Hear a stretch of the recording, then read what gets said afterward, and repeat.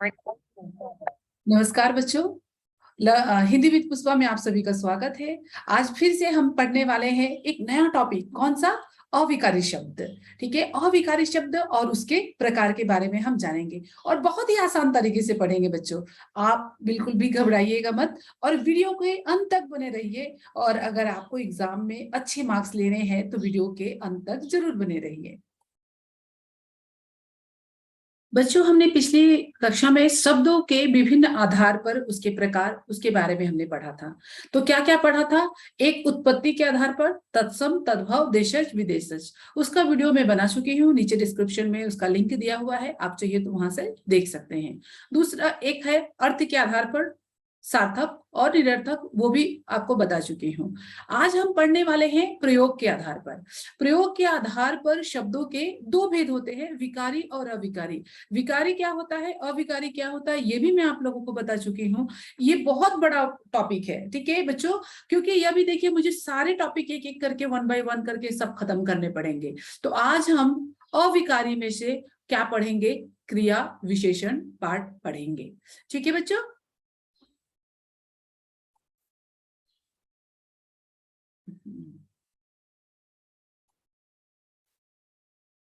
अविकारी शब्द क्या होता है? जैसे हमने विकारी मतलब होता है विकार, परिवर्तन होना, ठीक है। तो विकार का ही अपोजिट वर्ड होता है आपका, क्या होता है?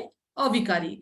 और अविकारी को हम दूसरे शब्दों में क्या कहते हैं? अव्यय भी कहते हैं, जिसका शाब्दिक अर्थ होता है जो व्यय ना हो। जिसका शाब्दिक अर्थ क्या होता है? जो व्यय ना हो, ठीक है, जिसमें बदलाव ना हो, जिनके रूप में लिंग का, वचन का, पुरुष का, कारक का, काल का कोई भी प्रभाव ना पड़े। ठीक है, ठीक है। कहीं पर भी, जैसे मैंने लास्ट टाइम में भी वीडियो में बताया था आप लोगों को कि इस पर अविकारी शब्द जो होते हैं उस पे किसी भी चीज, या तो लिंग बदलो, चाहे वचन बदलो, कुछ भी बदलो, लेकिन ये शब्द एज इट इज वाक्य के अंदर एज इट इज ही रहेंगे, उस पे कुछ भी बदलाव नहीं आएगा। इसे हम कुछ एग्जाम्पल्स के जरिए भी देखेंगे। और पहली बात तो कि आप लोगों को कुछ, मैंने जितने शब्द है सारे शब्द मैक्सिमम मेरे ये वीडियो में इंक्लूड किए हैं। अगर आप उन शब्दों को केवल अगर लर्न कर लो, पढ़ लो, दिमाग में बिठा लो, तो जरूरत ही नहीं होगी कि आपको कहीं और बहुत सारे रूल्स की तरफ भागने की। ठीक है बच्चों। तो देखिए, की वजह से कोई परिवर्तन नहीं होता, अव्यय शब्द कहलाते हैं। अव्यय शब्द हर स्थिति में अपने मूल रूप में ही रहते हैं। जैसे जब है तब है, ठीक है, ये प्रश्न पूछने के लिए हम इस शब्दों का प्रयोग करते हैं। लेकिन आपको पता है ना कि ये जब भी किसी के साथ भी रहे, संज्ञा के साथ रहे, या तो सर्वनाम के साथ रहे, या तो एक वचन के साथ रहे, चाहे बहुवचन के साथ रहे, तो भी वो जब का जब ही होता है, तब का तभी होता है, अभी का अभी होता है, अगर का अगर ही होता है। वहां यहाँ वहां इधर उधर कुछ भी परिवर्तन नहीं होता। धीरे धीरे, लेकिन, चूंकि, क्योंकि, इन शब्दों में कहीं पर भी कुछ भी परिवर्तन नहीं होता। अब हम देखते हैं कुछ एग्जाम्पल के जरिए, उदाहरण के जरिए देखते हैं कि क्या चीज है ये। ठीक है बच्चों, देखते हैं। सुधा प्रतिदिन पढ़ती है। ठीक है, अभी सुधा क्या है यहाँ पर आप मुझे कमेंट बॉक्स में बता सकते हैं कि सुधा क्या है? सुधा क्या है? स्त्रीलिंग है और प्रतिदिन पढ़ती है क्रिया के साथ। और एक और भी चीज है, मैं नीचे बताऊंगी आपको बाद में। अब ये हम सारे क्या पढ़ रहे हैं? अविकारी पढ़ रहे हैं। फिर हम बाद में आएंगे अविकारी के भेद के बारे में। तो अविकारी का जो 4 भेद होते हैं उनमें से मैं आज केवल एक ही टॉपिक कवर कर पाएंगे।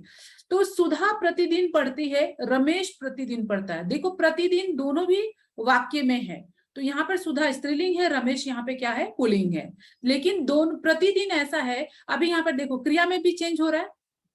क्रिया पढ़ती थी, यहाँ पर क्या हो गया? पढ़ता था। तो लिंग का परिवर्तन से, लिंग के परिवर्तन से क्रिया पे भी प्रभाव पड़ रहा है। याद है आपने पढ़ा था विकारी शब्द कौन कौन से होते हैं? संज्ञा, सर्वनाम, विशेषण और क्रिया। तो ये क्या हो गए? क्रिया में विकार है, इसलिए ये विकारी शब्द हो गए। लेकिन प्रतिदिन ऐसा शब्द है जिसमें दोनों भी परिस्थितियों में, दोनों भी वाक्य में क्या है? एक जैसा है, इसलिए ये क्या हो जाएंगे? अविकारी शब्द। अविकारी शब्द को और क्या बोलते हैं बताइए, जल्दी से याद कीजिए। अविकारी शब्द को हम अव्यय भी कहते हैं। ये अव्यय शब्द है ना, बहुत जगह आने वाला है, यूज होने वाला है, इसलिए मैं दोनों को एक साथ ही बता रही हूँ, तो फिर बाद में आपको फिर अव्यय भी बताना होगा। तो अव्यय और अविकारी दोनों भी एक होते हैं। ठीक है बच्चों, दूसरा एग्जाम्पल में हम देखते हैं, बच्चों इधर उधर मत देखो। फिर रमेश इधर उधर मत देखो। अब यहाँ पे बच्चों देखो बहुवचन के लिए प्रयोग किया गया है, और यहाँ पर देखो ये रमेश क्या है, एक वचन है। मैं केवल यहाँ पे वचन का बता रही हूँ, जैसे आपको ऊपर डेफिनेशन में लिखा था ना, जिसपे लिंग, वचन, काल का, कारक का प्रभाव नहीं पड़ता। ठीक है, तो ये देखिए यहाँ पर देख रहे हैं आप, यहाँ पर देखिए लिंग का चेंज कर दिया, यहाँ पर आपने वचन चेंज कर दिया। तो डू यू अंडरस्टैंड बच्चों कि अब किस तरीके से परिभाषा में लिखा गया है कि लिंग बदले चाहे वचन बदले तो भी ये शब्दों में कोई परिवर्तन नहीं होता, ये शब्द एज इट इज ही लिखे हुए रहते हैं। ठीक है बच्चों, अभी हम चलते हैं, नेक्स्ट देखते हैं।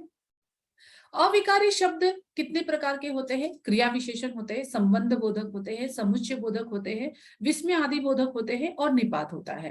ठीक है, तो हम इसके निपात के बारे में आप लोगों ने कहीं सुना नहीं होगा, लेकिन आज मैं आप लोगों को बताने वाली हूँ। लेकिन ये जानना, ये हायर क्लासेस में कभी कभार एक मार्क्स के लिए पूछा जाता है, कभी कभार, जरूरी नहीं है, लेकिन ठीक है, जानने में कोई हर्ज नहीं है ना, अधिक नॉलेज होने से कुछ नुकसान तो नहीं है, हम जान सकते हैं उसके बारे में। ठीक है बच्चों, आज हम पढ़ेंगे, क्या पढ़ेंगे आज हम? क्रिया विशेषण किसे कहते हैं वो पढ़ेंगे हम। तो क्रिया विशेषण अव्यय क्या होता है? देखो बच्चों, मैं यहाँ पर अव्यय बार बार रिपीट की हूँ क्योंकि आपको याद करने में, क्योंकि ये अव्यय का ही पार्ट है क्रिया विशेषण। ठीक है, तो जिन शब्दों से क्रिया की विशेषता का पता चले उसे हम क्या कहते हैं? क्रिया विशेषण कहते हैं। अब देखिए, हमें क्रिया विशेषण और आपने विशेषण, विशेषण क्या होता है? विशेषण क्या होता है बताइए मुझे? विशेषण होता है संज्ञा और सर्वनाम की विशेषता बताता है। वाक्य में संज्ञा और सर्वनाम की विशेषता बताता है, वो हो गया आपका विशेषण। ठीक है, लेकिन अब क्या बताया जा रहा है यहाँ पर? क्रिया विशेषण। तो क्रिया विशेषण का कार्य क्या है? वो क्रिया के पहले आकर क्रिया की विशेषता बताता हो। संज्ञा और सर्वनाम की विशेषता बताएगा तो विशेषण होता है, और क्रिया की विशेषता बताता है तो वो क्या होता है? क्रिया विशेषण। जैसे क्रिया विशेषण वाले कुछ शब्द है, जहां पर, यहाँ, तेज, अब, रात, इस तरीके से, धीरे धीरे, प्रतिदिन, सुंदर, वहां तक, जल्दी, अभी, ये सारे क्या है? क्रिया विशेषण ही है। और अभी देखिए, मैं नीचे में आपको कुछ शब्द वाक्यों से मैंने एग्जांपल दिया है कि रमेश ने अच्छा गाया। ठीक है, अभी यहाँ पर विशेषण क्या है? क्या है क्रिया विशेषण? पहचानिए।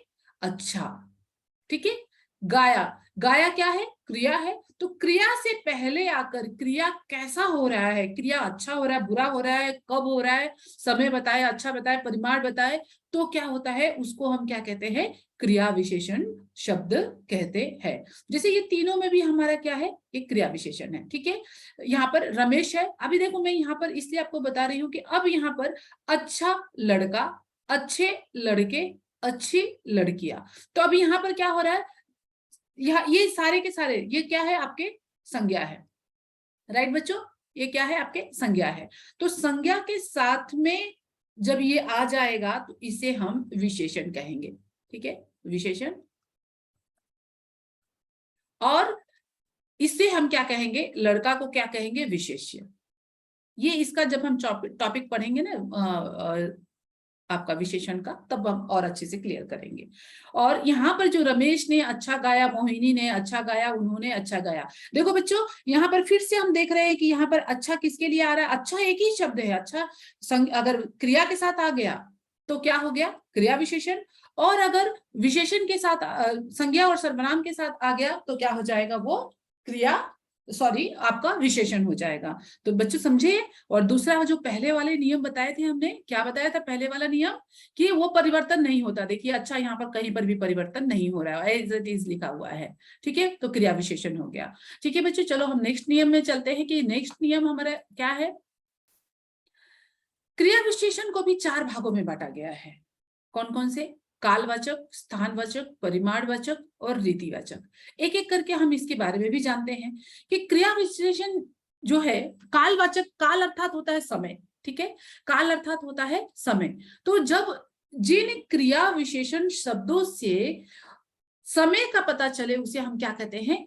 कालवाचक क्रिया विशेषण कहते हैं। जैसे आप बहुत सारे एग्जाम्पल दिए हुए हैं यहाँ पर, आप देख सकते हैं कि आजकल, अभी, तुरंत, ये सब समय बता रहा है ना। रात भर मैंने जागा, रात भर में जागी, दिन भर, रात भर, हर बार, कई बार, नित्य, कब, यदा, ये सारे क्या चल रहे हैं? समय बता रहा है। तो जहां पर भी समय का बोध हो लेकिन कहां पर समय का, क्रिया के पहले आकर उसके समय का, क्रिया का समय की बात की जा रही होगी तो क्या हो जाएगा, वो क्रिया विशेषण। अब देखिए, वो नित्य टहलता है, नित्य क्या, टहलना यहाँ पर क्रिया हो गया, क्रिया की विशेषता बता रहे, इसलिए ये क्या हो जाएगा, क्रिया विशेषण। कौन सा क्रिया विशेषण, कालवाचक क्रिया विशेषण। ये कब गए, तो ये गए क्रिया, क्रिया के पहले आ गया कब, और ये कब समय बता रहा है, इसलिए क्या हो जाएगा, कालवाचक क्रिया विशेषण। ये भी कल है, ये भी प्रतिदिन है, ये भी दिन भर, कल वर्षा होती है। देखो अभी ये देखिए, जाएगा, पढ़ता है, होती है, ये सारी की सारी क्या है, क्रिया है। और क्रिया के पहले जब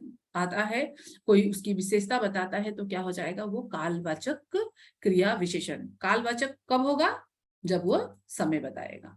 ठीक है बच्चों, अब हम देखते हैं अन्य अव्यय शब्दों से क्रिया के होने के स्थान का जब पता चलता हो, क्रिया कहाँ पे घटित हो रही है, अंदर हो रही है, बाहर हो रही है, भीतर हो रही है, इधर हो रही है, दाएं हो रही है, बाहर हो रही है, ऊपर हो रही है, दूर हो रहा है, नजदीक हो रहा है, उस ओर हो रहा है, सामने हो रहा है, आगे हो रहा है, पीछे हो रहा है, तो क्रिया कहाँ पे घटित हो रही है, उस जब स्थान का पता चलता हो तो उसे हम क्या कहते हैं, उसे क्या कहते हैं बताइए, स्थानवाचक क्रिया विशेषण। जैसे कुछ एग्जाम्पल में दिया है, मैं कहाँ जाऊं, तो क्या हो जाएगा, कहाँ यहाँ पर क्या है आपका स्थानवाचक क्रिया विशेषण। उधर मत जाओ, उधर भी स्थान बता रहा है, इंडिकेट कर रहा है ना, उधर मत जाओ, तो उधर क्या बता रहा है, स्थान बता रहा है। सुनील नीचे बैठा है, कहाँ बैठा है, जब हम कहाँ प्रश्न पूछेंगे, जगह का, स्थान का पता चल जाएगा तो ये क्या हो जाएगा, आपके स्थानवाचक क्रिया विशेषण। अब होता है परिमाण। देखो परिमाण और परिणाम, ये दोनों बच्चों में बहुत कंफ्यूज करते हैं। देखो परिमाण, परिमाण अगर होगा, म अगर होगा, और दूसरा एक होता है परिणाम। ठीक है, परिणाम मतलब होता है रिजल्ट, परिणाम मतलब होता है क्या, रिजल्ट, इसके मतलब होता है रिजल्ट, लेकिन इसके मतलब होता है क्वांटिटी। परिमाण मतलब होता है क्वांटिटी, ठीक है, क्वांटिटी होता है। तो परिमाण मतलब मात्रा, हिंदी में अगर बोले तो मात्रा, माप तोल। ठीक है, परिमाण को जब बताता है, मात्रा को बताता है, काफी है, थोड़ा है, तो काफी मतलब कॉफी मतलब वो कॉफी नहीं, चाय कॉफी वो नहीं, हम बात कर रहे हैं काफी मीन्स ज्यादा। ठीक है, थोड़ा, ठीक ठाक, बहुत, कम, अत्यंत, अतिशय, बहुधा, थोड़ा थोड़ा, अधिक, अल्प, कुछ, पर्याप्त, ये सारे मैक्सिमम वर्ड्स जो है मैंने आपके इस आपके जो पीपीटी स्लाइड है उसमें डाला है। आप चाहिए तो इसका स्क्रीनशॉट ले सकते हैं और आप यहाँ लिख सकते हैं, अपने नोटबुक में लिख सकते हैं। ठीक है बच्चों, अब देखिए सविता बहुत बोलती है, सविता क्या करती है, बहुत बोलती है। अभी ये केवल बहुत शब्द को अगर हम लेने जाएंगे तो बहुत प्रविशेषण में भी आता है, बहुत विशेषण में भी आता है, लेकिन वो बोलती है, बोलती क्या है, क्रिया है, क्रिया के पहले आ रहा है। और कितना बोलती है हम माप सकते हैं क्या, परिमाण में हम माप नहीं सकते हैं, थोड़ा क्वांटिटी बता सकते हैं, जैसे कि थोड़ा, कम, ज्यादा, इस तरीके से। और जैसे अगर पूरी संख्या बतानी होगी तो वो अलग चीज हो जाएगा, लेकिन यहाँ पे केवल मात्रा बताई जा रही है, मात्रा मीन्स माप तोल, परिमाण बताया जा रहा है, तो यहाँ पर क्या हो जाएगा आपका परिमाण वाचक क्रिया विशेषण। तो सविता बहुत बोलती है, अब कितना बोलती है, थोड़ा बोलती है, या तो बहुत कम बोलती है, या तो बहुत बोलती है, यही शब्द हो सकता है। कि केजी में हम माप कर सकते हैं क्या, कि नहीं बता सकते हैं उसको। कम खाओ, थोड़ा खाओ, कम खाओ, ठीक है, इस तरीके से ये हो गया आपका परिमाण वाचक क्रिया विशेषण। ठीक है बच्चों, मुझे उम्मीद है आप लोगों को बहुत अच्छे से समझ में आ रहा होगा। ठीक है, नेक्स्ट है आपका रीतिवाचक क्रिया विशेषण। तो जिन शब्दों से क्रिया के होने का ढंग का पता हो चले, कैसे हो रहा है क्रिया, कैसे हो रही है क्रिया, ढंग, तरीका, रीति, विधि का पता चले, उसे हम क्या कहते हैं, रीतिवाचक क्रिया विशेषण कहते हैं। जैसे वह अचानक आ गया, तो अचानक क्या है, क्रिया के होने की रीति बता रहा है। ठीक है, इसलिए कदाचित, यथासंभव, सहज, धीरे, सहसा, एकाएक, झटपट, जब रीति का पता चलता हो तो वहां पर क्या हो जाता है, आपका रीतिवाचक क्रिया विशेषण होता है। एक दूसरी बातों में हम एक और भी कह सकते हैं कि जहां पर देखो आपने सबसे पहले क्या पढ़ा, कालवाचक समय बताता हो, स्थानवाचक स्थान बताता हो, तीसरा हमने क्या पढ़ा, कालवाचक, स्थानवाचक, परिमाण। ठीक है, परिमाण क्वांटिटी बताता हो। जब तीनों नहीं हो रहा तो थोड़ा सा हम अंदाज लगा सकते हैं, जब ये तीनों क्रिया नहीं है तो क्या हो सकता है, रीतिवाचक क्रिया विशेषण। ठीक है बच्चों, जैसे हमारे सामने शेर अचानक आ गया, मोहन शीघ्रता से यहाँ पर चला गया। तो बच्चों आज का क्लास यहीं पर समाप्त है। आज मुझे उम्मीद है कि आप लोगों को पूरा अच्छे से समझ में आ गया होगा। आप वीडियो को पॉज कीजिए, बार बार रिवाइज कीजिए और देखिए। अगर आपको लग रहा है कि कुछ रह गया है, कुछ बाकी रह गया है, अधूरा रह गया है, तो कमेंट बॉक्स में कमेंट जरूर कीजिए, मैं आपको फिर से एक्सप्लेन करूंगी, ठीक है, और भी शॉर्टकट तरीके से। ओके बच्चों, तो धन्यवाद बच्चों। अगर आपको वीडियो अच्छा लगा होगा तो लाइक कीजिए, शेयर कीजिए और सब्सक्राइब कीजिए।